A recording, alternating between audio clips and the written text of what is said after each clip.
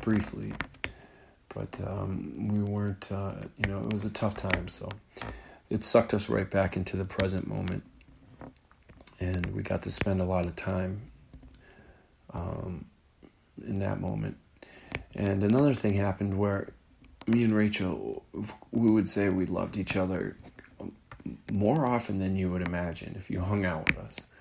We would say it to each other a lot, actually. But after she got diagnosed, when we said it, man, we meant it. God.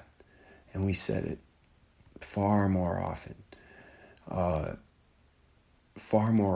And with a massive amount of meaning behind it. When we said it, man, we really, really meant it. And boy, did we say it a lot. But the diminishing power that happens is, as the disease progresses,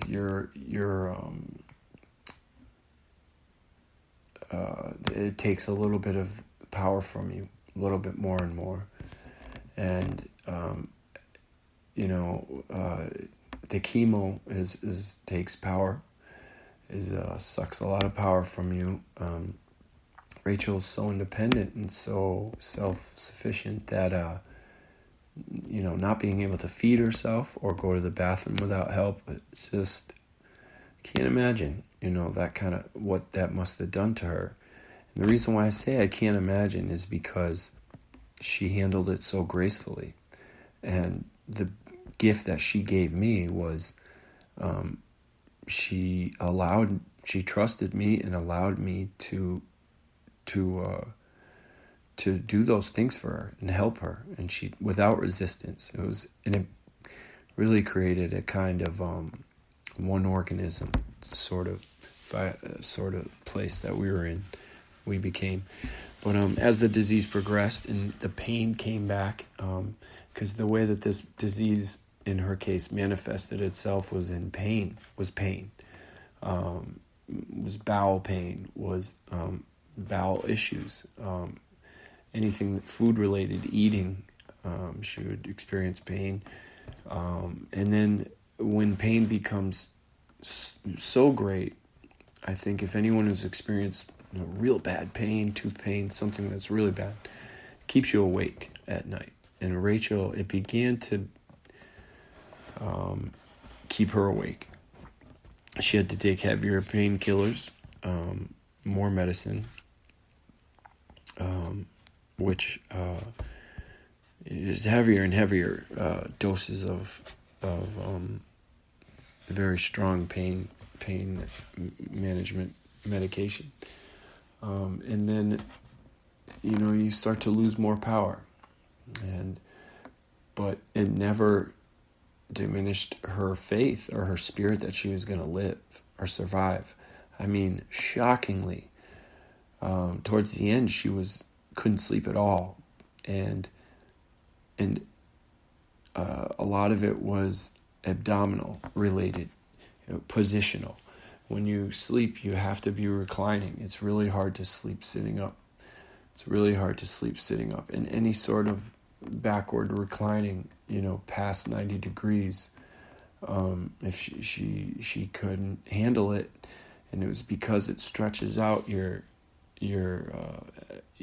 torso, your abdominal, and the skin grows tighter against what was now becoming hard, protruding tumors in her abdominal section. So that was scary. That was really scary. That was towards the last month and a half or so, and eventually we got her to the hospital. And after a month and a half of your partner not sleeping, you're obviously not sleeping. The worry is awful. It really does something to you, especially when you know that after being told what you're told, that she's going to die. It's hard to accept and think that maybe you're watching the beginning of her decline. It's very hard. But and that takes some of the power from you. And by power, I mean things you can do to fight. Things you can do to fight diminish. the amount of, I felt like I had lots of power over Rachel's care and her, not so much her disease, but I had power over the quality of her daily, day-to-day life. If I ran around and made sure she got the right medicine on time so she wouldn't have to make those calls, it felt very good to me to bring that home. I would sleep, best kind of sleep, when you make when I had an effect on her day, made her day better. I tried to do all those things for her, calling health insurance and doctors and keeping track of appointments and keeping track of what the doctors said so that I could, so if she asked me what they said, I could tell her what they said. And so, but those things start to decrease, and your ability to fight and do things, feed her, prepare her diet, those decrease, because towards the end, she couldn't eat. She didn't eat for the last 8 weeks of her life. She didn't have any food. 8 weeks. She had liquids. She had soft, I forget what they called it. It was like a protein shake, not an Ensure. It was something different. It's like a liquid that's a thickened. They would put a thickener in it with vitamins. So she lost a ton of weight, and when that happens, you lose power. You look in the mirror and you lose power over the control. You lose control of the way you look, and that takes away power. And another way that countless cancer patients have dealt with, that immediately takes their power away and takes their hair away from the chemo.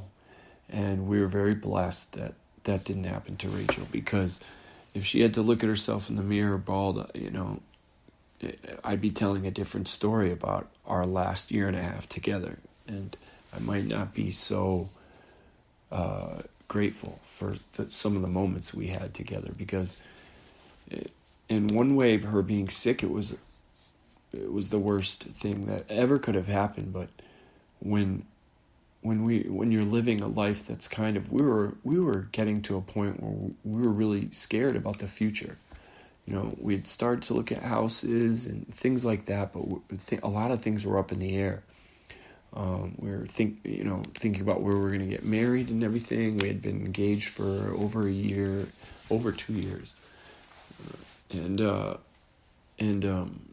almost around 2 years, but it was scary because we didn't necessarily have the money for all these things. So we were thinking about it, and we were convinced that we'd push past those financial barriers and we'd get there somehow. And I'm sure we would have, knowing Rachel, with her by your side. You can find yourself in the White House from a place that wouldn't have that as an option in your future. She was just very good at setting her eye on the prize and getting something done. But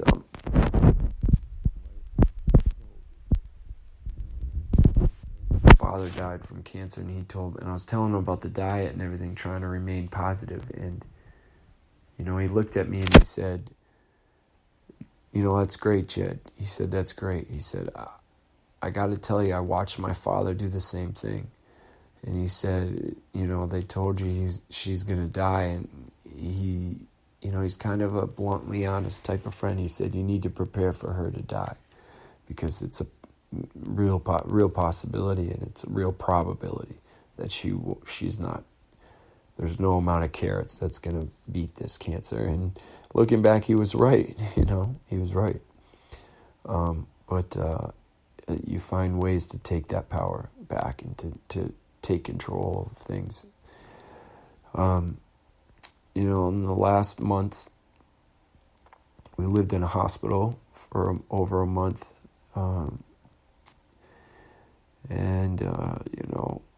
Most of February and into March. And in those days, my power, our power diminished more and more. In some ways it increased because now I was living in a very small room constantly next to her, and her need grew for things. To go to the bathroom, she could not do it alone. To get clean, she couldn't do it alone. To get nutrition, she couldn't do it alone. To get warm, couldn't do it alone. To cool off, she would need help.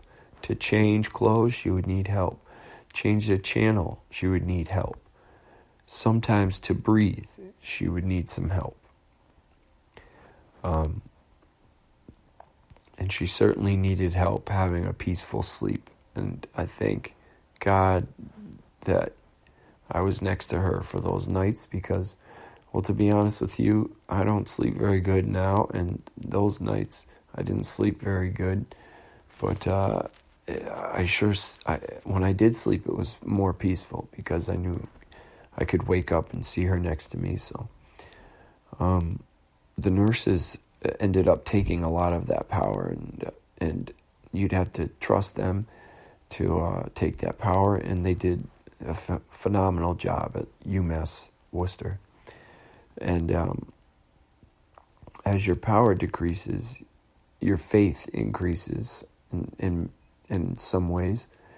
And listen, that's not to say that Rachel didn't have times where she completely just lost it all. And so did I. But the thing that was so good about us was, and I think this is true for a lot of couples, when one person loses faith and all hope and completely falls into despair, the other one picks up that faith and hope and infuses it back into their partner. And that's what we did for each other, you know. And it's funny, she was the one who was sick, and I think that happened to me more than it would happen to her, where I would just lose hope, over small things. When Rachel lost hope, the moments that she did fall into despair, it was over something devastating, whether it be news or an image or a new tube being screwed into her body or poked into her body. So she had real reason. And she had the fact that she maintained that faith and hope throughout those things, throughout having several tubes coming out of her body, you know. She had a PICC line. She had 2 ports in her body. At one point, she had 2 power ports, which meant she had 4 access points to her main arteries. She really had 2 access points to her main arteries and 2 access points to her gut, to her abdominal cavity. But she had those power ports in her chest the entire time. They never took them out.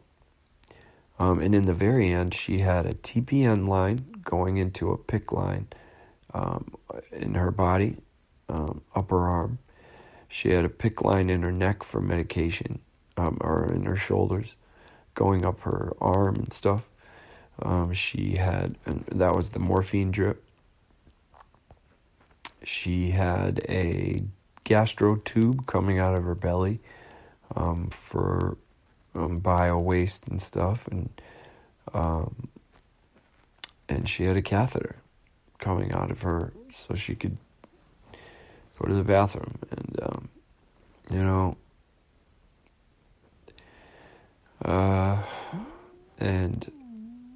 And she didn't complain much about it. It was just, you watch the power be taken from her. This diminishing power of what you can do. Really, her basic needs, basic things a human can do, things we take for granted. Rachel didn't have those things for the last 8 weeks of her life. She had none of them. Ability to walk without needing support. Ability to change positions in bed, which is